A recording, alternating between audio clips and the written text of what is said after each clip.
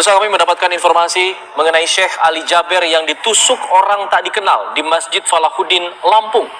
Dan untuk mengkonfirmasinya kami akan menanyakan langsung dengan Syekh Ali Jaber yang sudah tersambung melalui sambungan telepon. Assalamualaikum Syekh Ali Jaber. Waalaikumsalam warahmatullahi wabarakatuh.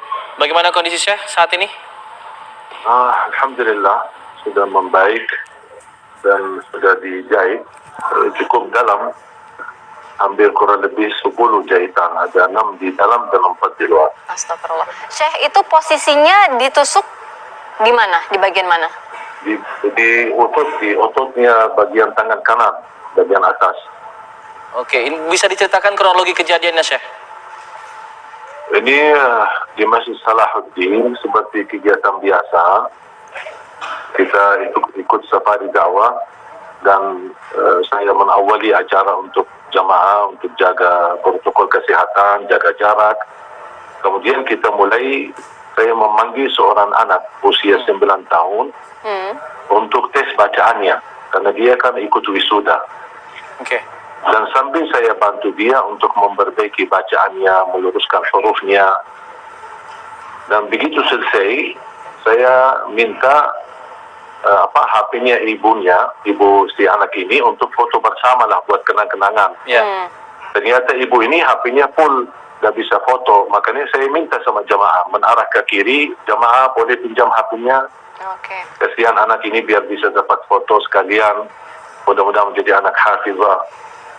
Pas saya fokus ke kiri, kemudian menarah sekalian ke kanan untuk melihat siapa jamaah yang membawa HP-nya pinjam. Tiba-tiba di atas panggung ada orang lari. Kemudian karena posisi panggung ini cukup dekat dengan jalan, karena posisi acara di luar, di lapangan masjid, bukan di dalam masjid.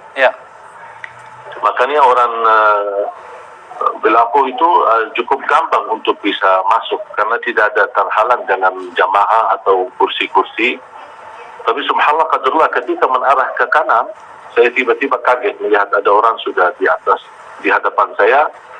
Dan saya langsung qadarullah respon, kalau saya tidak lihat ke kanan mungkin bisa qadarullah ke leher saya atau ke dada saya. Tapi subhanallah saya angkat tangan, makanya dia tusuk ke tangan. Maka begitu saya lawan, batah pisaunya ke dalam otot saya di kanan, bagian kanan.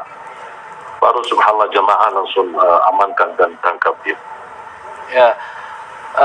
Jadi bisa dipastikan pelaku ini bukan bagian dari acara ini atau datang dari luar begitu? Iya, kelihatan dari luar karena dia lari.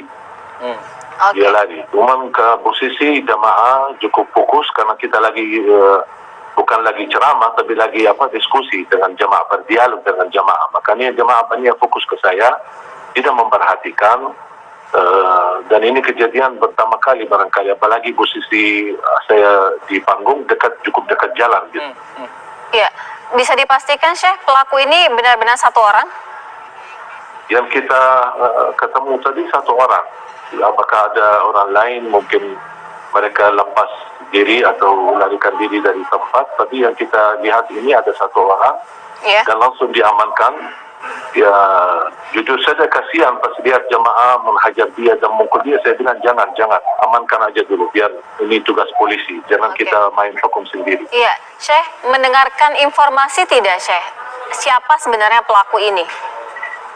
Sampai titik ini belum saya mendapatkan berita apa, karena baru saja diamankan karena habis ditahan oleh jamaah, diamankan di ruang masjid sambil menunggu polisi datang, dan petugas polisi datang dan membawa beliau ke kantor polisi.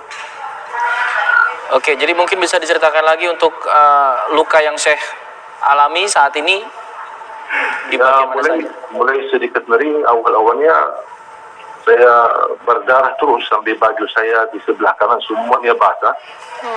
Karena darah, kata dokternya cukup banyak yang keluar, sampai bajunya semua basah. Lepas saya lepas baju dan lukanya cukup dalam, makanya dikasih obat suntik, kemudian baru dikasih jahitan bagian dalam dengan dagingnya, karena ototnya cukup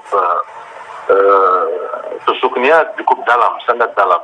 Makanya dokternya pun tak bisa mengobati tanpa harus ada suntik dan dikasih obat. Baru kemudian di jahitan bagian dalam kurang lebih ada 6 Kemudian baru di bagian di luar ditutupi 4, jadi semuanya 10. Syekh, mungkin bisa diinformasikan juga untuk profil pelaku ini seperti apa, mungkin ciri-cirinya atau dia mengenakan apa yang ia bawa pada saat itu. Nah, saya lihat anak itu masih anak muda banget ya. Mungkin diperkirakan 20 tahun lah. Ya. Orangnya kurus banget. Jadi saya merasa orang ini kalau saya lihat ya dari wajahnya dia ketika saya berhadapan dan diamankan, nampaknya bukan mudah untuk melakukan hal seperti ini. Pasti ada kedorongan atau ada yang menyuruh atau ada apa ya gitu. Jadi karena saya lihat dari segi, mohon maaf, fisiknya, dari segi ini mungkin dia bisa dengan cara mudah. Butuh mental yang kuat untuk melakukan hal seperti ini. Ada yang ia teriakan atau omongkan ketika melakukan perbuatannya itu, Syekh? Enggak, sama sekali tidak. Diam. Hanya diam, cuman ketika dia angkat pisunya, dan subhanallah pas panitia kebetulan ada banyak yang sudah ada video live, ada yang lagi live, ada yang lagi rekam. Pas saya lagi berlangsung ceramah. Jadi semua terekam ini mulai dari titik awal sampai akhir.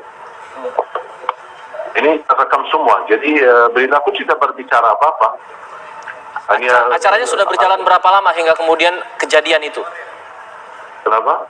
Acaranya sudah berjalan berapa lama hingga kemudian terjadi?